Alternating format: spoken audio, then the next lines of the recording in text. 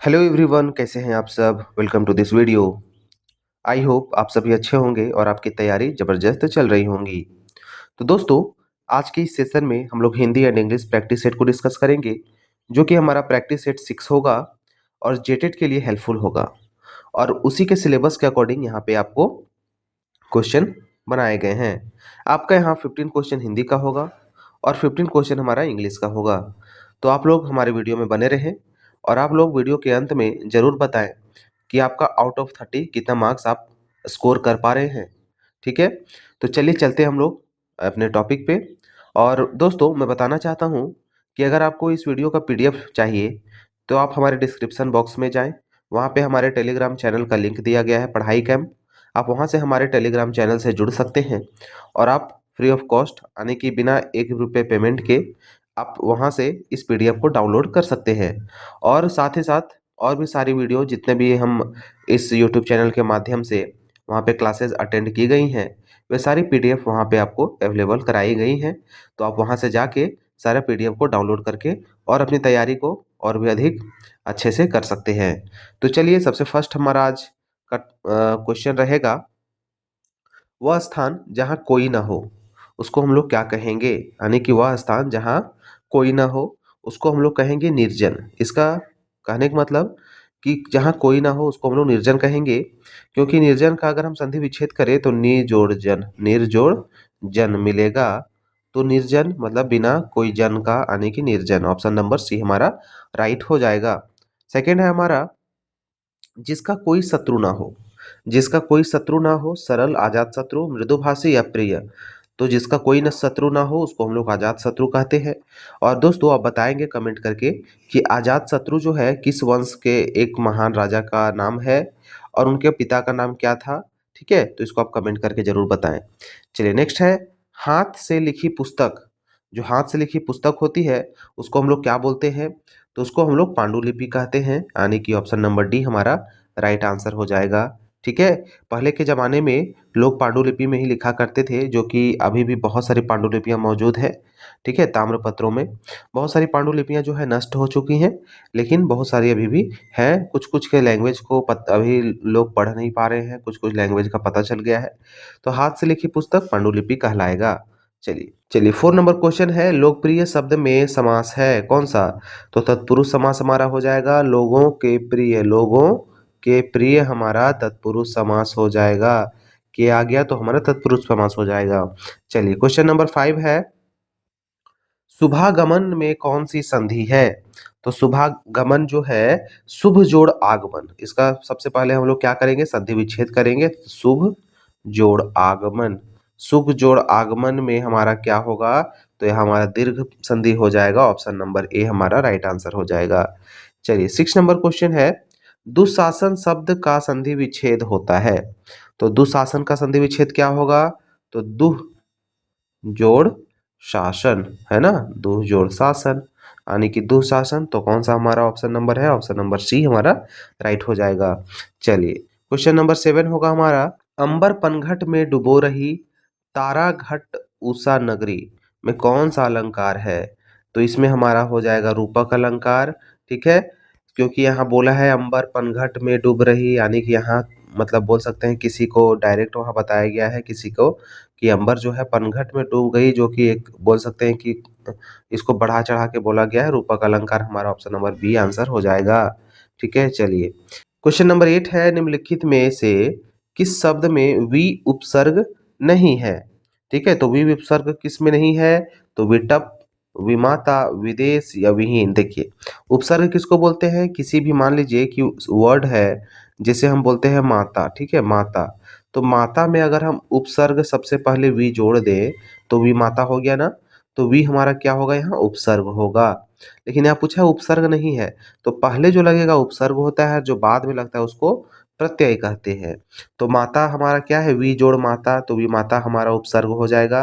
विदेश, वी जोड़ देश, ये भी उपसर्ग है। विहीन, वी जोड़ हीन, लेकिन विटप हमारा उपसर्ग नहीं है, यानी कि ऑप्शन नंबर ए हमारा राइट आंसर हो जाएगा। चलिए, क्वेश्चन नंबर 9 है, निम्नलिखित में से सु उपसर्ग से निर्मित शब्द है। तो सु उपसर्ग से निर्मित उपसर्ग क्या है? उपसर्ग अभी हमने देखा कि सु हमारा क्या होगा? से किसी भी शब्द के पहले लगा हो।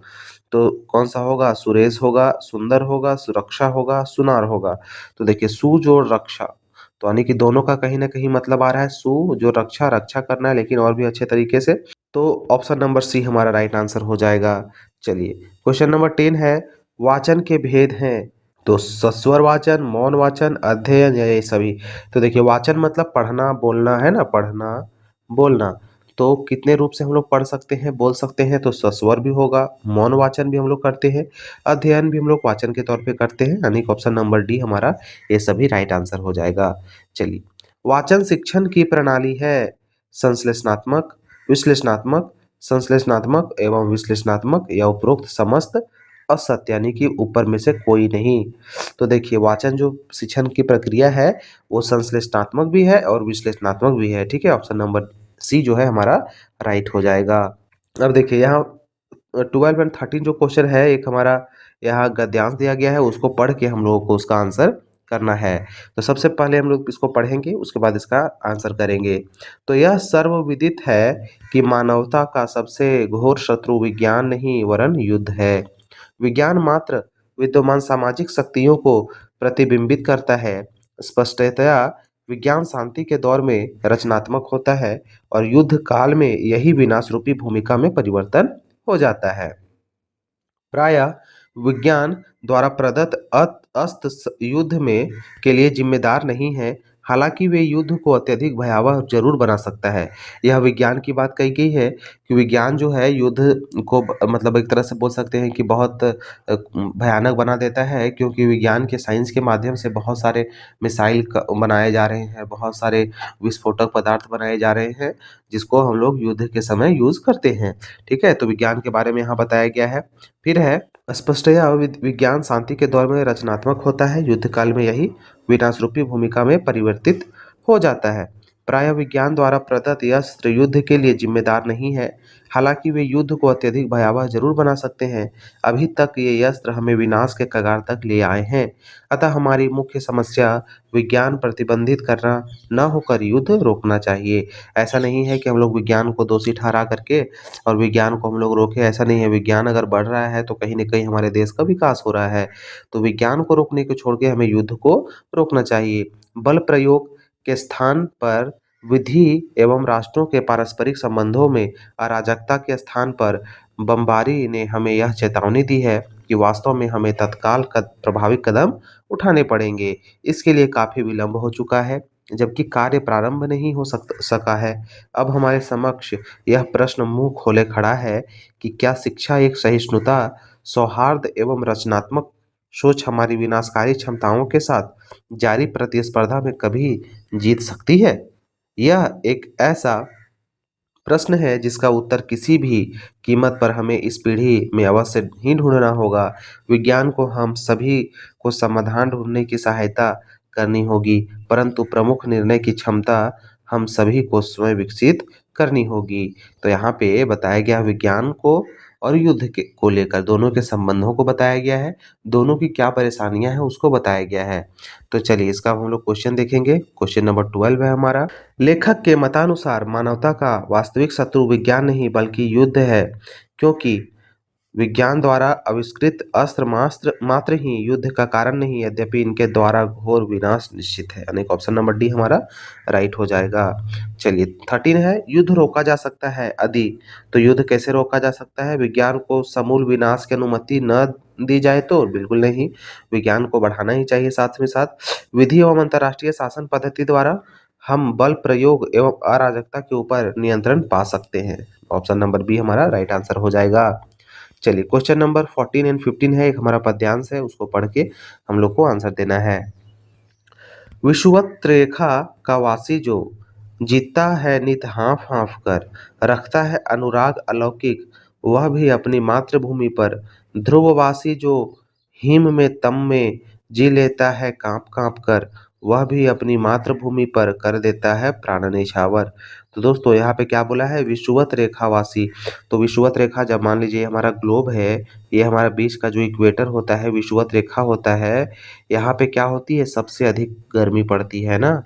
तो गर्मी पड़ती है, तो यहाँ गर्मी की बात कही गई है कि विषुवत रेखा जो वासी है वो कैसे जीते हैं, तो हाँफ हाँफ कर, इतना गर्मी होता है कि सब लोग वहाँ पे क्या परेशान हो जाते हैं।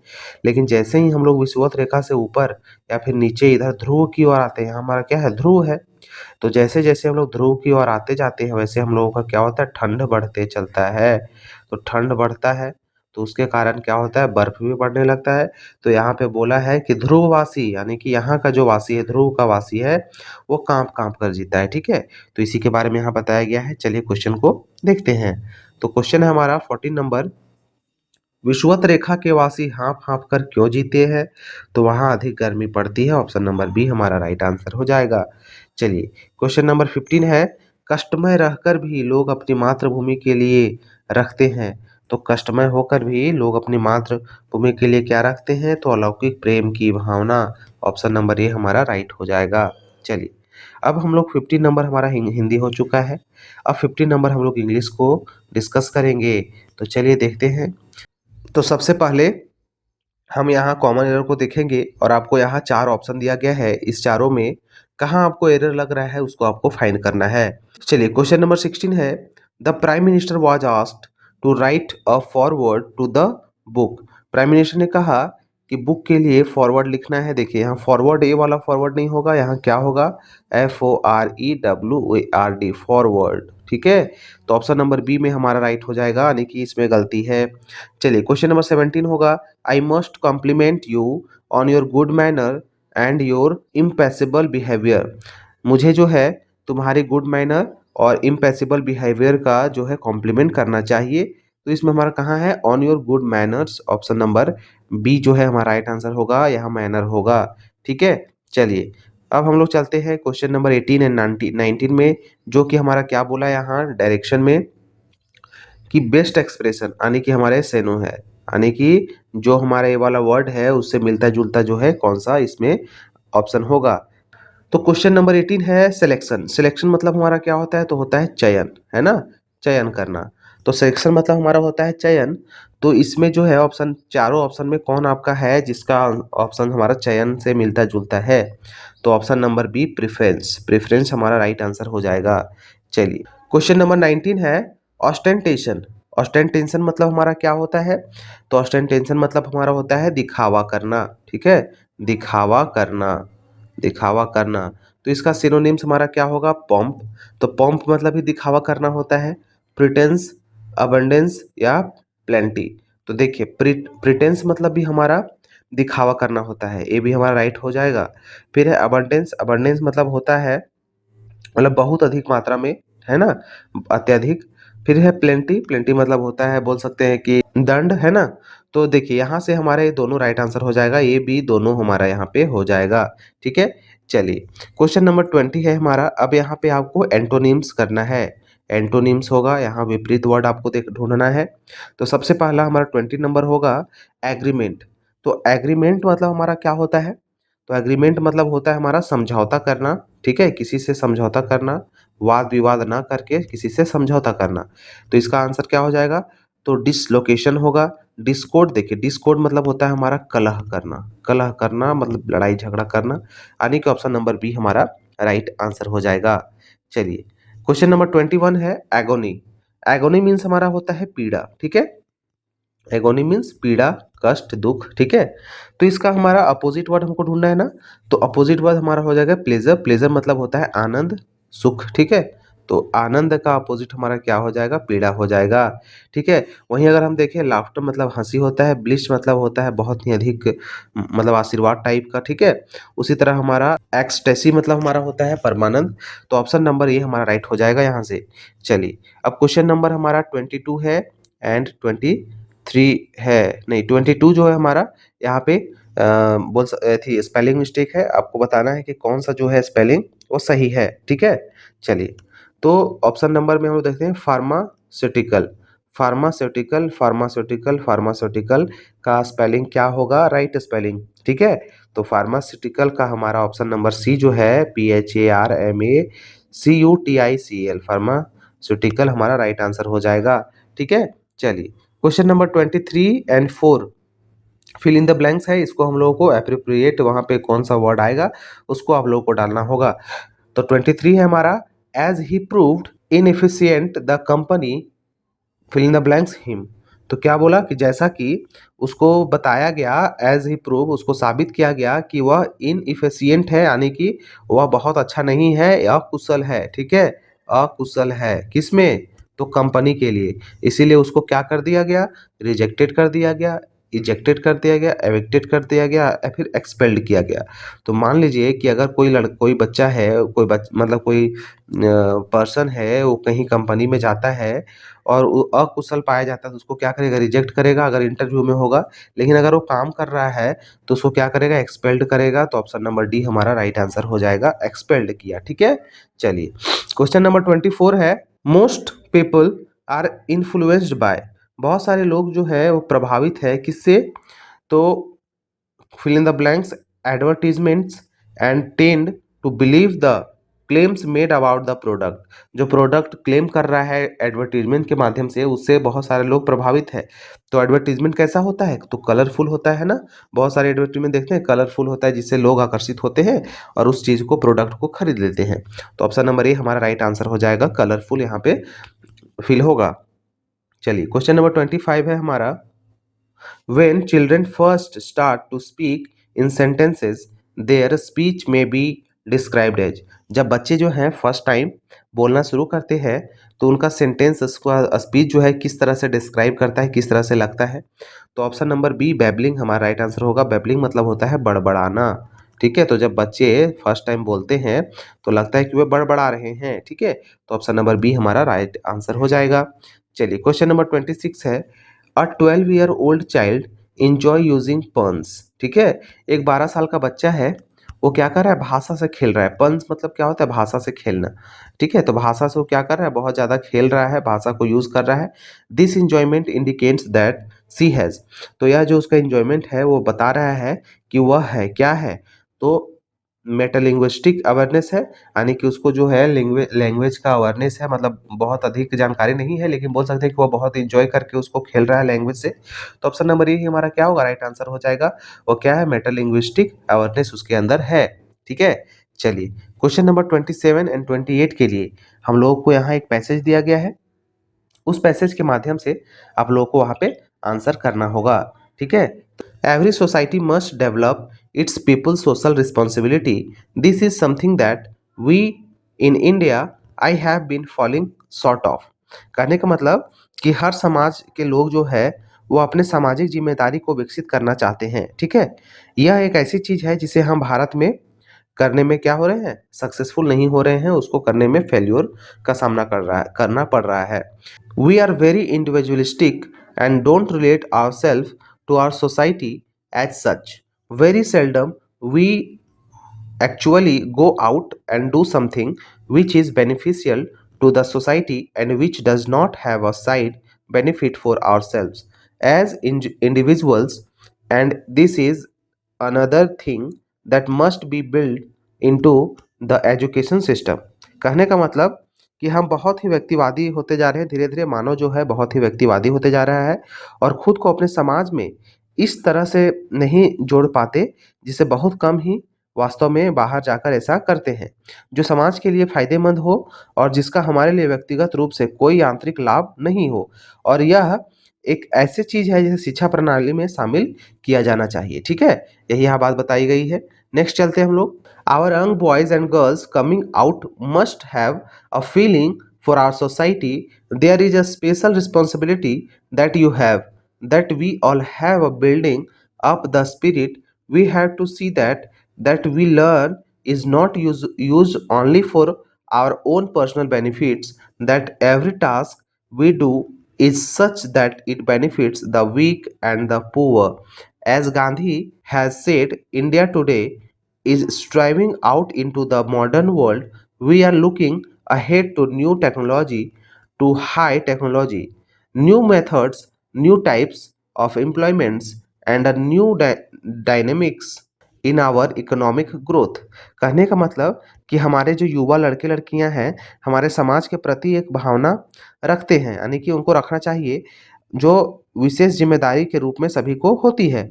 हम सब इस पर भावना को मतलब इस भावना को विकसित करने की हमें यह देखना होगा कि हम जो सीखते हैं उसका उपयोग केवल अपने निजी लाभ के लिए न करें, बल्कि हम जो भी काम करें उसको कमजोरों और गरीबों को लाभ के पर्पज से करें। जैसा कि गांधी जी ने कहा था कि आज जो भारत है वो आधुनिक दुनिया में आगे बढ़ने का प्रयास कर रहा है। हम नई जो प्रौद्योगिकी या उच्च प्रौद्योगिकी, एक नए तरीके, एक नए प्रकार के रोजगार और अपने आर्थिक विकास में नई गतिशीलता की ओर देख रहे हैं। ठीक है, चलिए आगे देखते हैं। But we look ahead, we must not forget the millions who are still below and poverty line. When we look at technology, when we look at science, when we look at development, our attention must not be diverted from what is still a major block in India, the poor and deprived groups, and everything we do must be targeted in a manner that the benefit will flow to the weak, the deprived and the depressed. ठीक है, तो यहाँ बोला गया है कि लेकिन जब हम आगे की ओर देखते हैं तो हमें उन लाखों लोगों को नहीं भूलना चाहिए जो अभी भी गरीबी रेखा से नीचे हैं और गरीबी से जूझ रहे हैं। जब हम प्रौद्योगिकी को देखते हैं, जब हम विज्ञान को देखते हैं या जब हम विकास को देखते हैं तो हमारा ध्यान उस चीज से नहीं हटना चाहिए जो अभी भी भारत में एक बड़ी समस्या है। और वो कौन सी है समस्या? तो गरीबी और वंचित समूह। ठीक है, और हम जो कुछ भी करते हैं उसे इस तरह से लक्षित किया जाना चाहिए कि उसका लाभ कमजोर, पीड़ित लोगों और वंचित और दबे कुचले लोगों तक पहुंच जाए। ठीक है, यही इस पैसेज में यहाँ पे बताया गया है साइंस और टेक्नोलॉजी को लेकर के। तो चलिए क्वेश्चन है हमारा सबसे फर्स्ट यहाँ देखेंगे 27 number question. The author says that India क्या है? Wants to acquire new technology, या फिर does not want new technology, already है सफिशियंट न्यू टेक्नोलॉजी। तो ऑप्शन क्या होगा? Option number A, want to acquire new technology, यानी कि इंडिया जो है वह क्या है कि चाह रहा है कि वह न्यू टेक्नोलॉजी को एक्वायर करे, यानी कि अर्जन करे। ठीक है, चलिए क्वेश्चन नंबर 28 है हमारा। The author suggest that, author ने क्या सजेस्ट किया है?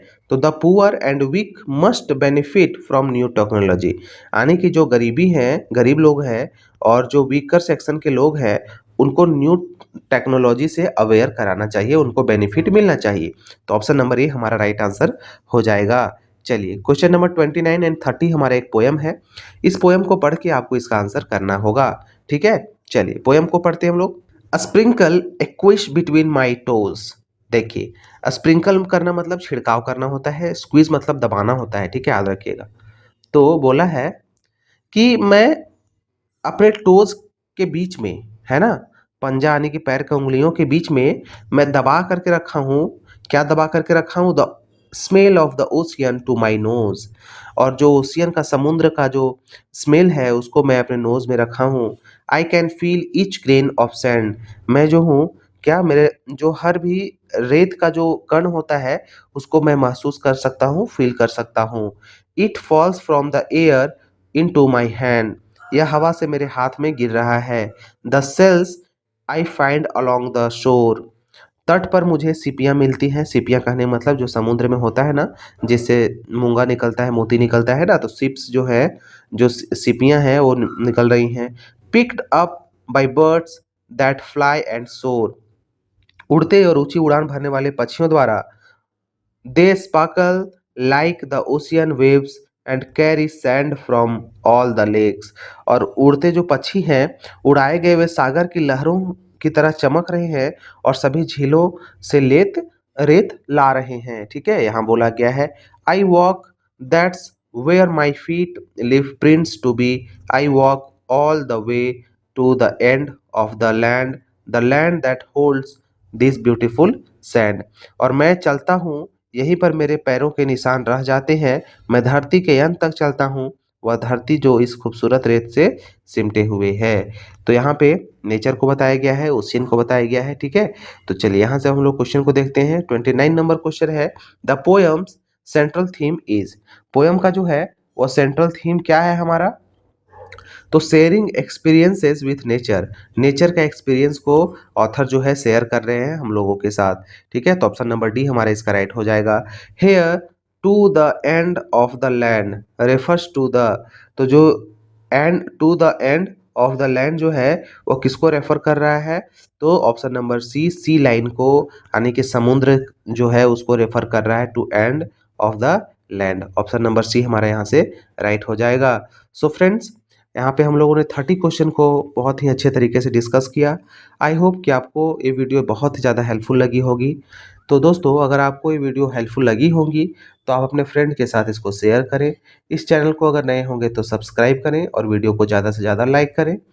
तो मिलते हैं हम लोग नेक्स्ट वीडियो में, तब तक के लिए धन्यवाद। अपनी तैयारी को इसी तरह जारी रखें। गुड लक, मिलते हैं नेक्स्ट वीडियो में।